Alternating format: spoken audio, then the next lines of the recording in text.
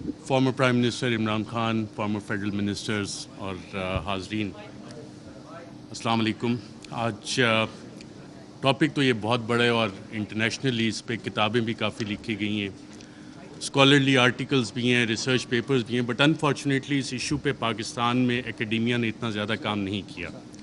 اس لیے میں آج آپ کے ساتھ میڈیا نے اس کو کیسے کانسپریسی رجیم چینج کی، اس کو ڈیل کیسے کیا، میڈیا نیریٹیوز کیسے بنے، وہ تھوڑی ڈیٹیل میں جاؤں گا اور اس کا تھوڑا سا آپ کو اسپیکٹس بتاؤں گا لارجر اسٹریٹجک لیول پہ۔ لیکن میں یہ پوسٹر دیکھ رہا تھا رجیم چینج کانسپریسی، تو مجھے پتہ لگا کہ یہ بھی راشد نے یہ پینافیکس بنایا ہے، تو راشد کافی اچھے کام کرتا ہے میرے خیال PTI میں، تو مائی کلیپنگ فار ہم۔ اچھا، رجیم چینج پاکستان میں جب ہم دیکھتے ہیں تو اس کے دو اسپیکٹس ہیں، ایک ایکسٹرنل فیکٹرز ہوتے ہیں اور انٹرنل ہوتے ہیں۔ اگر ہم ایکسٹرنل فیکٹرز کو دیکھیں تو decision by one state to abandon bargaining within and remove the target state's leader. PTI کی حکومت میں جب ہم یہ دیکھتے ہیں تو ہم خبریں دیکھ رہے تھے، میڈیا میں آ رہی ہیں کہ جی جو بائیڈن جو ہے وہ کال نہیں کر رہا، فارن آفس کا رابطہ ہو رہا ہے، پاکستان کے foreign minister Shah Mahmood Qureshi, US national security adviser Anthony Blinken سے فارن آفس نے رابطے کی کوشش کی، نہیں ہوا، لیکن بلاول آتے ہیں ان کے سارے رابطے ہو جاتے ہیں۔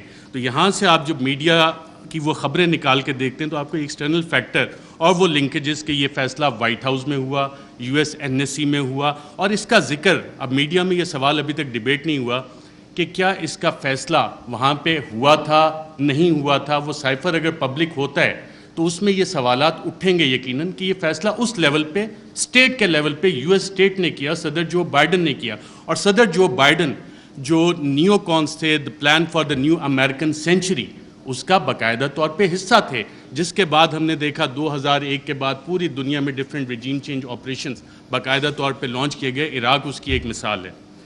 انٹرنل فیکٹرز پہ جب ہم آتے ہیں، میں بڑا بریف رکھوں گا کہ میں ٹائم بتایا گیا 10 منٹ کا ہے۔ انٹرنل فیکٹرز کو جب ہم دیکھتے ہیں تو اس میں ذاتی انا کے مسئلے آ جاتے ہیں، کچھ اداروں کے مسائل آ جاتے ہیں، کچھ سیاسی مفادات آ جاتے ہیں، اور اس میں ایک سوال جب ہم انٹرنل فیکٹرز کا دیکھتے ہیں تو بڑا سوال یہ بنتا ہے کہ ملک کا کون سوچتا ہے، پاکستان کا کون سوچتا ہے؟ کیا ہم صرف انڈیویجولز کا سوچیں گے؟ کیا ہم صرف ان اداروں کا سوچیں گے کہ جی اداروں کی انا بڑی ہوگی یا انڈیویجولز کی انا بڑی ہوگی ہے؟ پاکستان کا کون سوچ رہا ہے؟ کیا وزیر اعظم عمران خان اس وقت پاکستان کا سوچ رہا تھا یا انڈیویجولز کے بینیفٹس دیکھ رہا تھا؟ اور کیا یہ جو رجیم چینج کانسپریسی ہے، اس میں جو میڈیا نیریٹیوز بنے وہ کس طرح کے بنے؟ اس میں انڈیویجولز اور انسٹیٹیوشن نے ڈومینیٹ کیا یا پاکستان کا سوال کسی نے اٹھایا؟ اس حوالے سے میڈیا نیریٹیوز اس حوالے سے سائلنٹ ہیں، اس میں آپ کو انسٹیٹیوشنل اور انڈیویجول ڈومیننس نظر آتی ہے۔ اچھا، کوورٹ ایکشن بھی اس میں باقاعدہ طور پہ پلان ہوا۔ میڈیا میں being fly on the wall and being an active participant, ایک ایکٹیو جرنلسٹ ہوتے ہوئے آپ کو بہت کچھ پتہ لگتا ہے کہ جی میڈیا نیریٹیو بننا کیسے۔ اکثر جو حکومتیں بیٹھی ہوتی ہیں ان کو سب سے آخر میں پتہ لگتا ہے کہ ہمارے ساتھ ہو کیا رہا ہے، میڈیا کو پہلے پتہ لگ جانا شروع ہو جاتا ہے، کیونکہ کوورٹ ایکشن میڈیا نے پبلک اوپینین شیپ کرنا ہوتا ہے، پاپولیشن کو بتانا ہوتا ہے کہ جناب یہ حکومت کے ساتھ مسائل ہیں، اور وہ کہانیاں شروع ہو جاتی ہیں، اور یہ ڈاکومنٹڈ ہے اس سارے کیس میں بھی۔ اور پھر ٹولز اس میں استعمال ہوتے ہیں، لا فیئر جس کو ہم جسٹیفائی کرنے کے لیے، لا پلس وارفیئر، لا فیئر، اور اس کے پولیٹیکل اینگلز بھی ہیں۔ اور ایک مثال تو فواد چودھری صاحب نے بھی ابھی دی کہ کس طرح ہوا۔ پھر ایک مثال جس دن آخری دن تھا اس حکومت کا، سب کچھ ہوا لیکن ہوا کچھ بھی نہیں، میسیجنگ بھی ہوئی لیکن ہوا کچھ بھی نہیں۔ کارروائی کیا ہوئی تھی اس دن؟ کچھ ہوئی، لیکن میسیج کنوے ہو گیا تھا کہ یہ کچھ ہو سکتا ہے لیکن ہوا نہیں۔ سو وہ لا فیئر باقاعدہ طور پہ اس رجیم چینج آپریشن کا ایک حصہ تھا، سوچا گیا، امپلیمنٹ کیا گیا، اور میڈیا نے اسے باقاعدہ طور پہ رپورٹ کیا، جس وجہ سے آج ہم اس کی بات کرتے ہیں، سوالات اٹھتے ہیں کہ جناب یہ والے کام کیسے ہوئے۔ صدر مملکت doctor Arif Alvi, supreme commander of the armed forces, head of the state represent unity of the republic, انہوں نے اپنے خط میں ذکر کیا ہے کہ 1951 سے شروع ہوتا ہے، لیاقت علی خان کی اسیسینیشن، ذوالفقار علی بھٹو کا بھی ذکر کرتے ہیں، پھر اس وقت پرائم منسٹر عمران خان کی حکومت کو جو نکالا گیا، smoking gun in the hand of a conspirator, کہ ایک سازشی کے ہاتھ میں دھواں دیتی ہوئی بندوق وہ ڈھونڈنی ہے، اس کے لیے کمیشن بنانا ہے۔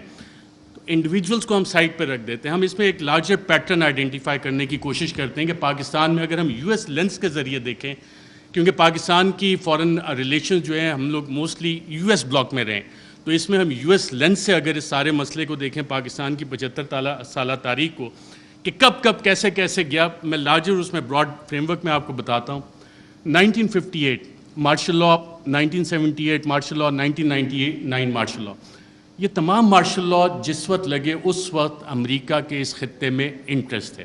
1958 میں جب ایوب خان نے مارشل لاء لگایا، لیاقت علی خان کی اسیسینیشن 2 ہفتے پہلے ان کے رشیا وزٹ سے ہوگی، آج تک نہیں پتہ لگا کہ پیچھے کون تھا. آپ آ جاتے ہیں جی martial law, SEATO, CENTO, cold war اپنے پیک پہ جا رہی تھی، امریکہ کو یہاں پہ الائز چاہیے تھے اور ہم سیاٹو سینٹو کا حصہ بنے. رشین بلاک میں، ہم سوویٹ بلاک میں نہیں گئے اور ہم وہاں پہ اس سائڈ پہ چلے گئے. اب وہ سارا پلان اس وقت سیاٹو سینٹو کولڈ وار جب اپنی پیک پہ گئی تو ایوب خان، جنرل ایوب خان، انہوں نے اپنی سروسز باقاعدہ پرووائڈ کی اور پاکستان یو ایس کیمپ میں گیا. اور اس وقت کے آپ دیکھتے بھی ہیں، بڑے پیارے پیارے ویژولز ہمیں نظر آتے ہیں. 1977 جب ہم دوبارہ آتے ہیں تو اس وقت پھر امریکہ کے ریجنل انٹرسٹ یہاں پہ تھے اور ہم دیکھتے ہیں کہ کوورٹ وار باقاعدہ طور پہ شروع ہوئی، افغانستان کی جنگ لڑی گئی اور اس وقت پاکستان میں پھر مارشل لاء آ جاتا ہے. ایک پاپولرلی الیکٹڈ ڈیموکریٹک لیڈر کو پھانسی دی جاتی ہے ایک ایسے کیس میں، غالباً سیکشن 109. فواد چودھری صاحب اگر بیٹھے ہوں تو بتائیں کہ اس میں پھانسی تو بنتی نہیں لیکن پھانسی دے دی گئی اور ضیاء الحق کا مارشل لاء آ جاتا ہے. یو ایس انٹرسٹ دوبارہ افغانستان میں. 99 میں جب ہم آتے ہیں دوبارہ تو ایک نئی جنگ ہمیں چاہیے. اس کے لیے نیو کونس کے پلان آلریڈی بن چکے تھے، آلریڈی تھا کہ کدھر عراق میں جنگ ہونی ہے، لیبیا میں ہونی ہے، سیریا میں ہو رہی ہے، ایران. پاکستان بھی اس کا حصہ تھا لیکن پاکستان، جیسے بلڈ بارڈرز کا ڈاکٹر شیری مزاحم نے بتایا، Pakistan for various reasons and one of the main factors being a nuclear power تھوڑا سا بچ گئے. جو وار اگینسٹ ٹیرر ہماری شروع ہوئی، دہشت گردی کے خلاف جنگ، جو ٹی ٹی پی کا سارا انفیوز کیا گیا، وہ سارا اسی کا ایک حصہ تھا کہ یہاں پہ یہ ساری کارروائیاں پاکستان میں ہونی ہیں اور ہم اس ٹریپ میں باقاعدہ طور پہ واک ان کیے. یہ والے ہم 3 فیزز جب نکالتے ہیں. اچھا، ان میں ٹرانزیشن کیسے ہوتی ہے؟ ٹرانزیشن پاپولرلی ہوتی ہے. جتنے بھی یہ لوگ گئے، جب ہم دیکھتے ہیں کہ جناب ٹرانزیشن 1969-70 میں جو ٹرانزیشن آئی وہ پاپولر اپرائزنگ ہوئی. پاپولر لیڈرز آپ کے کھڑے ہوئے. پاکستان پیپلز پارٹی کا قیام آیا، انہوں نے کہا کہ جی ناؤ ڈیڈی از نو مور ایکسیپٹیبل، میں بڑا ہو گیا ہوں، میں اپنی الگ پارٹی بناؤں گا، پاکستان پیپلز پارٹی. عوامی لیگ الگ بنی شیخ مجیب کی اور پھر اس کے بعد کی جو الیکشن مینیپولیشن کی داستان ہے اس کے ریزلٹس ہمارے سامنے ہیں. 1988 محترمہ بے نظیر بھٹو آتی ہیں واپس. ایک پاپولر اپرائزنگ ہے. لاہور کے جو جلسے ہیں جن کی مثال دی جاتی تھی، جو کہ اب پاکستان تحریک انصاف نے جتنے بڑے بڑے جلسے کیے ہیں اسے اوور ویلم کر لیا، لیکن وہ مثال دی جاتی تھی کہ پاپولر اپرائزنگ ہوئی اور پھر وہاں پہ جو بھی جو طیارہ جب پھٹا تھا جنرل ضیاء الحق کا، تو آپ کی ایک ڈیموکریٹک ٹرانزیشن آئی. اور یہ وہ فیز ہے جب آپ دوبارہ دیکھتے ہیں کہ ایک ٹرانزیشن ہو رہی ہے، دوبارہ آپ جنگ سے نکل رہے ہیں، حالات سٹیبل ہو رہے ہیں، افغانستان آپ نے فتح کر لیا ہے، سوویٹس کو وہاں سے بھگا دیا ہے. سو جنرل ضیاء کا کام ختم ہو گیا. سو پاکستان میں آپ ٹرانزیشن تھوڑے عرصے کے لیے چلو جی جمہوریت انہیں کھیلنے دیتے ہیں. پھر آ جاتا ہے 1999 اور 2007-8 general Musharraf, war against terror, اور اس کے بعد جب ان کی یوٹیلیٹی ختم ہوتی ہے، ہم نے دیکھا ایک پاپولر اپرائزنگ ہوتی ہے اور انہیں جانا پڑتا ہے. ہم لائرز موومنٹ بھی دیکھتے ہیں، ساری چیزیں. لیکن اس سارے عرصے میں جو ڈیموکریٹک ٹرانزیشن ہماری ہوئی ہے اس میں کیا واقعی حقیقی جمہوریت ہماری قائم ہو سکی کیا، یا کہ ہمیشہ ہمیں ایک ہائبرڈ قسم کی جمہوریت جو ہے وہ ملی ہے؟ اور ہائبرڈ جمہوریت بنتی کیسے ہے؟ ہمیشہ ایک کنگز پارٹی ہوتی ہے. جب آپ پاکستان کی تاریخ اٹھا کے دیکھتے ہیں تو جو مین آن ہارس بیک ہیں، گھوڑے جو لوگ رائڈ کرتے ہیں، ہارس رائڈنگ کرتے ہیں، وہ اچھے گھوڑے رکھنے کا شوق بھی رکھتے ہیں، تو وہ چیز ہوتی ہے. لیکن اس ساری چیز میں ایک ٹائم فریم بڑا ڈیفرنٹ آ رہا ہے پاکستان کی تاریخ میں، وہ آ رہا ہے 2018 سے 2022 کا. اس دوران میں اتھارٹیرین کنسالیڈیشن بھی ہوتی رہی. اتھارٹیرین کنسالیڈیشن اس طرح کے جو پرانے ایسٹس تھے جن پہ کرپشن کے مقدمات تھے ان کو بھی بچایا جا رہا تھا. دوسری طرف ایک حکومت کوشش کر رہی تھی کہ جی ہم نے ڈیموکریٹک کنسالیڈیشن کرنی ہے، اس کو روکا بھی جا رہا تھا. اور اکاؤنٹیبلٹی اس کی بہت بڑی مثال ہے.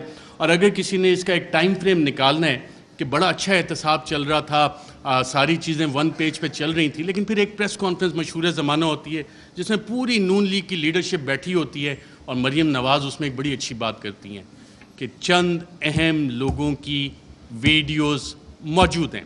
اب ماشاءاللہ سارے وفاقی وزراء کابینہ بیٹھی ہے، سابق وزیر اعظم بیٹھے ہیں. اس کے بعد احتساب کے مقدموں کا کیا ہونا شروع ہوا، اس کے بعد کیا ڈیلیں ہونا شروع ہو گئیں، اس کے بعد نواز شریف بھی باہر گئے، اس کے بعد کیسز بھی سلو ہونا شروع ہو گئے. کیا کچھ نہیں ہوا. یہ والی ساری چیزیں تھیں. میں میسیج آ گیا کہ جی تھوڑا کم کریں. رجیم چینج جب ہوئی تو میڈیا کی اسٹریٹجی اس میں کیا تھی؟ میڈیا کے 3 Ds اس میں باقاعدہ طور پہ استعمال کیے گئے تحریک انصاف کے خلاف. 3 D تھے: ڈسٹرب، ڈسکریڈٹ، ڈینائی. ڈسٹرب کیسے کرنا ہے؟ جتنے بھی پاکستان تحریک انصاف کے پلانز بنے تھے اسے لا فیئر کے ذریعے، ایڈمنسٹریٹولی اور انفارمیشن آپریشنز کے ذریعے سیبوٹاج کرنے کا باقاعدہ طور پہ پلان بنا، اور اس کی ہم نے مختلف قسم کی امپلیمنٹیشنز دیکھیں. اگر آپ نے ایڈمنسٹریٹو اس کی دیکھنی ہے تو وہ وزیر اعظم تو عمران خان تھا، پولیس وین وہاں پہ کس کے آرڈر سے گئی؟ شیخ رشید صاحب انٹیریئر منسٹر تھے، ان سے ہم پوچھتے رہے کہ جناب یہ آپ نے بھیجی؟ وہ کہتے ہیں یار مجھے تو نہیں پتہ. وزیر اعظم عمران خان کال دے رہا ہے، پورا ریڈ زون جو ہے بیریکیڈ ہو جاتا ہے، کون حکومت چلا رہا تھا، کیسے؟ تو یہ وہ ایڈمنسٹریٹو اسٹیپس ہیں. ہر ایک کی ڈیٹیل میں جائیں گے تو کافی لمبا ہو جائے گا. پھر ایک پلان بنا کہ جی 3 Ds کا ایک حصہ تھا ڈسکریڈٹ کرنا ہے. عمران خان کو ڈسکریڈٹ کرنا ہے، پاکستان تحریک انصاف کو ڈسکریڈٹ کرنا ہے.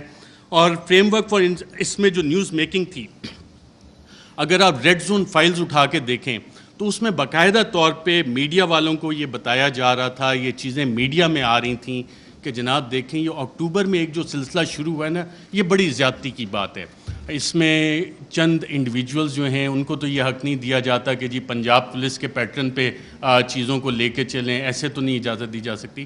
لیکن سوال آتا ہے کہ کیا ہمیں اس ملک میں آئین کی حکمرانی چاہیے یا اشخاص کی حکمرانی چاہیے؟ ہمیں قانون کی حکمرانی چاہیے یا چند اشخاص کی حکمرانی چاہیے؟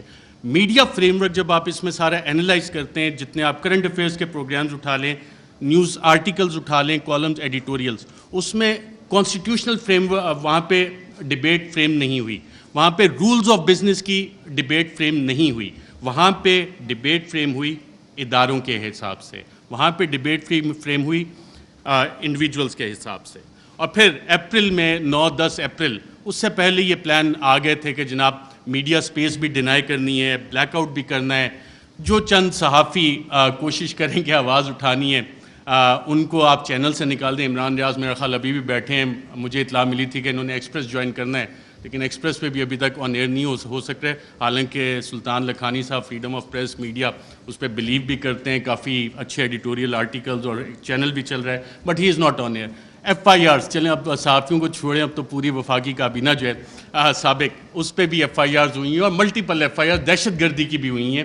اور جن لوگوں نے یہ FIRs کی انہوں نے یہ نہیں سوچا کہ کر کس پہ رہے، کیونکہ پلے بک وہی والی پرانی تھی. مسئلہ یہاں پہ یہ تھا کہ کرپشن کے کیسز نہیں مل رہے. بڑی کوشش کیجیے عمران خان کے خلاف کرپشن کے کیسز نکالے جائیں. میری بھی 1-2 ملاقاتیں ہوئی کہ جناب آپ تو بڑی سٹوریز کرتے ہیں. میں نے کہا یار ایک شخص، اور یہ عمران خان صاحب بیٹھے ہیں، شاید آپ میں سے بہت سے لوگوں کو نہ پتہ ہو، PM آفس میں ہمارے بھی ذرائع ہوتے ہیں، اکثر پوری کابینہ پریشان ہوتی تھی کہ جناب بات ہم نے کی ہے، کہاں سے پتہ لگ گئی. وہ شخص جو پانی کی آدھی بوتل بھی ضائع نہیں ہونے دیتا بطور وزیر اعظم کہ یار یہ آدھی پانی کی بوتل میں نے ابھی رکھی، کیوں اٹھا کے لے گئے، وہ کرپشن کرے گا. میں نے سمجھائی لوگوں کو یہ بات، لیکن پلے بک کیونکہ وہی پرانی تھی، کیا کرپشن کے کیسز نکالو، ڈسکریڈٹ کرنا ہے، کرپشن تھوپنی ہے. مسٹر ABC کا فلانا دوست ہے، اس سے نکال کے لاؤ. کچھ نہیں، آج 2-2.25 مہینے ہو گئے، کوئی کرپشن نہ نکلے گا. عمران خان کا کرپشن کا کیس نہیں نکل سکتا، نہ نکلے گا. میں نے بتائی کہ نہیں آپ کچھ کوشش، میں کہا میں یہ کوشش نہیں کر سکتا کیونکہ مجھے یہ پتہ ہے کہ عمران خان کی کرپشن نہیں نکلنی. اچھا، media narratives against PTI. French revolution جب آیا تھا تو اس وقت ایک تھاٹ تھا کنگ لوئی کا، میں ریاست ہوں، میں بادشاہ ہوں، میں قانون ہوں. اور یہی چیز ہم نے دیکھی کہ جب میڈیا نیریٹیوز PTI کے خلاف بن رہے تھے. ابھی حال ہی میں آپ اگر آئی ایم دا کنگ کا دیکھ لیں، the king can do no wrong. King ہمیشہ، جو بادشاہ ہے وہ ہمیشہ اچھی چیزیں ہی کرتا ہے. فیٹو پہ پوری حکومت نے کام کیا، حماد اظہر بھی ادھر ہیں، لیکن PTI نے کام نہیں کیا، بادشاہ نے سب سے اچھا کام کیا. آئی ایم دا لا، قانون میں ہی ہوں. پولیٹیکلی آئسولیٹ کرو PTI کو. آج PTI واقعی پولیٹیکلی آئسولیٹڈ ہے. کون سی سیاسی جماعت ہے جو PTI کے ساتھ اتحاد میں کھڑی ہے؟ سب ایک طرف ہو گئے. لیکن ایک اسٹرینتھ گین ہوئی اس میں، پاکستان کی عوام بغیر کسی کال کے نکل آئے. اور شاید جو وزیر اعظم عمران خان کا آخری دن تھا وزیر اعظم ہاؤس میں، اس وقت جو لوگ نکلے اور جنہوں نے رپورٹ کیا، آئی تھنک عمران ریاض تھے، باقی ہم لوگ بھی تھے، ان سب نے ایک بات نوٹ کی. آپ نے خود بھی اپنا دفتر چھوڑنا ہونا کافی ٹائم لگتا ہے کہ ایک شخص فوراً اٹھ کے چلا گیا اور کہا جب سوال جواب ہوئے کوئی رہ تو نہیں گیا کہ اکیلا کر دیا ہے، اب اس کے ساتھ کس نے کھڑا ہونا ہے؟ پاکستان کی عوام کھڑی ہوئی. یہ وہ ڈفرینٹ فیکٹر تھا، چینج تھی جس کو کسی بھی سازشی نے کیٹر نہیں کیا ہوا تھا. یہ وہ ویریبل تھا، عوام کا ویریبل تھا جس کی وجہ سے یہ چیزیں. میں کوئکلی تھوڑا سا 2 منٹ اگر آپ کی اجازت ہو تو سائفر کے اوپر بھی بات کرنا چاہوں گا. سائفر پہ بھی میڈیا نیریٹیو بڑے مزے کے بنے، اس پہ اور ڈیبیٹ بھی ہو سکتی تھی، کافی مزے کی چیزیں تھیں. پہلا کیا بنا جی، پہلی میڈیا نے رپورٹ کرنا شروع کیا اور باقاعدہ یہ بتایا گیا کہ جی سائفر تو ایگزسٹ ہی نہیں کرتا، سائفر نام کی تو کوئی بلا ہی نہیں ہے. پھر دوسری چیز ہے، میڈیا کی یہ سٹوریز آئیں اور ریکارڈ کے اوپر موجود ہیں، پرنٹ کیے ہیں، ٹی وی پروگرامز ہیں کہ سائفر تو یہ ایزمپشنز پہ بیسڈ ہے. وہ ایزمپشنز ہیں ہمارے ایمبیسڈر کی یا کس کی. پھر یہ بھی کہانیاں میڈیا میں آئیں کہ جی یہ تو فارن آفس میں خود ہی پی ٹی آئی والوں نے بیٹھ کے بنا لیا ہے، یہ تو شاہ محمود قریشی نے خود ہی بیٹھ کے بنا لیا ہے. پھر جب وہ بھی ساری چیزیں، کیونکہ سائفر ایگزسٹ کرتا تھا، سائفر موجود تھا، پھر کہا گیا جی کانسپریسی کا ایویڈنس کوئی نہیں ہے. اچھا پھر عمران خان بطور وزیر اعظم بھی میرا خیال وہ کرکٹ کھیل رہے تھے، اور جب انہوں نے کہا تھا کہ مینٹلی میں اسٹرانگ ہوں تو بہت سے لوگوں نے انڈر ایسٹیمیٹ کیا. انہوں نے کابینہ کی بھی کمیٹی بلائی، کابینہ کی اسپیشل کمیٹی غالباً 30 مارچ کو ہوئی. 30 مارچ کو میں نے سابق وفاقی وزراء سے پوچھا، وہاں کانسپریسی کی بات بھی ہوئی، کانسپریسی کا ذکر بھی اس میں ہوا. اور پھر 31 کو نیشنل سیکیورٹی کمیٹی بھی انہوں نے بلا لی اور اس کا بھی مور اس پہ لگ گئی کہ بلیٹنٹ انٹرفیرنس. اور اس کے آخری پیراگراف میں ایک لفظ لکھا ہوا ہے کہ جو 31 کو نیشنل سیکیورٹی کمیٹی کی میٹنگ ہوئی اس نے 30 مارچ کے جو منٹس اسپیشل کیبنٹ کے ہیں ان کو ریٹیفائی کیا.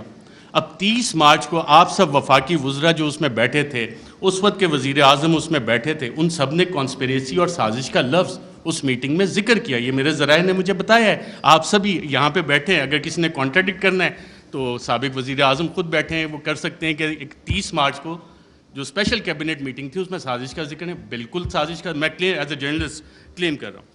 پھر یہ کہا گیا کہ جی وہ انٹیلیجنس ہم نے خود ہی کر لی، اور انٹیلیجنس کی بیسس پہ آبویسلی اس پہ سوال اٹھے کہ انٹیلیجنس، ہمارے انٹیلیجنس کے ادارے بہت اچھا کام کرتے ہیں، دہشت گردی کے خلاف بہت اچھا کرتے ہیں، پاکستان کی سیکیورٹی کے لیے بہت اچھا کام کرتے ہیں. لیکن مسئلہ یہاں پہ آتا ہے کہ جب انہیں ڈریگ کیا جائے سیاسی معاملات میں اور یہ کہا جائے کہ جی انویسٹیگیشنز ہوئیں، کون سی انویسٹیگیشنز، یہ سوال ہوا ہے. اب رجیم چینج میں انٹیلیجنس کا ایک بنیادی کردار ہوتا ہے، انٹیلیجنس انفارمیشن کا بنیادی کردار ہوتا ہے. اگر آپ اگلی سلائڈ کریں ذرا. Colin Powell, U S secretary of state, U N security council میں انٹیلیجنس انفارمیشن کی بیس پہ انہوں نے کہا جی یہاں پہ یہ والے ویپنز عراق میں موجود ہیں، یہ کیمیکل ویپنز ہیں، یہ نیوکلیئر ویپنز وہاں پہ وہ بنا رہے ہیں. عراق وار ختم ہو گئی، عراق تباہ ہو گیا. یہ اس انٹیلیجنس انفارمیشن کی اوقات تھی، ویلیو تھی جو آج تک نہیں ملی. میں ایک اور آپ کو افغانستان سے ریلیٹڈ انٹیلیجنس انفارمیشن دیتا ہوں. انٹیلیجنس ڈس انفارمیشن کہ اسامہ بن لادن کے پاس نیوکلیئر ویپنز ہیں، اور اسامہ بن لادن کے پاس نیوکلیئر ویپنز، اگر آپ یہ سٹوری دیکھیں تو یہ جسٹیفائی کرنے کے لیے تھی کہ جی افغانستان میں امریکہ نے حملہ کرنا ہے. اور اس وقت آپ تمام امریکی اخبارات اٹھا لیں، ورلڈ ایکسکلوسیو ڈان نے بھی فرنٹ پیج پہ چھاپا کہ جی ایک ایکسکلوسیو انٹرویو ہوا ہے، اسامہ بن لادن کے پاس نیوکلیئر ویپنز ہیں. وہ نیوکلیئر ویپنز آج تک نہیں نکلے. تو یہ ہوتی ہے انٹیلیجنس انفارمیشن. جب تک آپ تحقیقات نہیں کرتے، اسے ویریفائی نہیں کرتے، بہت سی جے آئی ٹیز میں انٹیلیجنس انفارمیشن آتی ہے، بہت اچھا کام ہوتا ہے، لیکن اس کی ویریفیکیشن چاہیے ہوتی ہے. انٹیلیجنس اور انٹیلیجنٹ انفارمیشن میں فرق ہوتا ہے. اس کے علاوہ بہت ساری چیزیں ہیں. پروپیگنڈا پہ اگر ہم جائیں، ڈی کلاسیفائڈ ڈاکومنٹس بہت سارے آ گئے، چلی کے حوالے سے، ایران کے حوالے سے. کیونکہ ٹائم میرے پاس کم ہے، میں نے کہا یہ والے لارجر ایشوز آپ کے سامنے رکھوں. Thank you very much.